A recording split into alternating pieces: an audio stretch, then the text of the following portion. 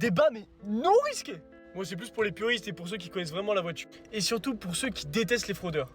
Je parle surtout des voitures qui ont été modifiées avec des kits ultimes. Alors que c'est pas des voitures de ouf de base. Donc voilà, je vais vous partager mon petite opinion sur ça.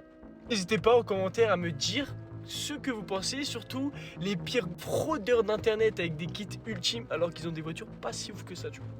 Tout d'abord, je vais commencer top 4 avec la Giulia Sprint ou Veloce ou toutes les éditions montées en quadrifolio. Alors ça, c'est un mensonge lunaire.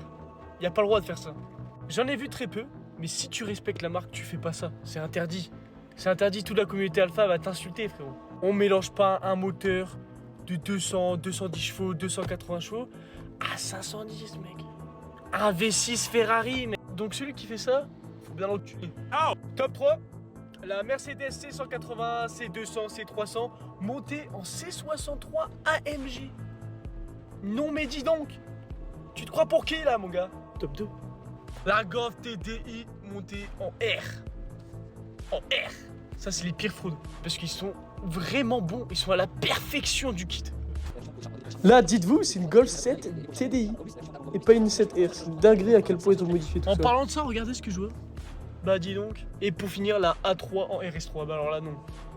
Regardez-moi ça. On n'arrive pas du tout à distinguer si c'est une A3 ou une RS3. Elle est magnifique par contre. Mais c'est pas une RS3.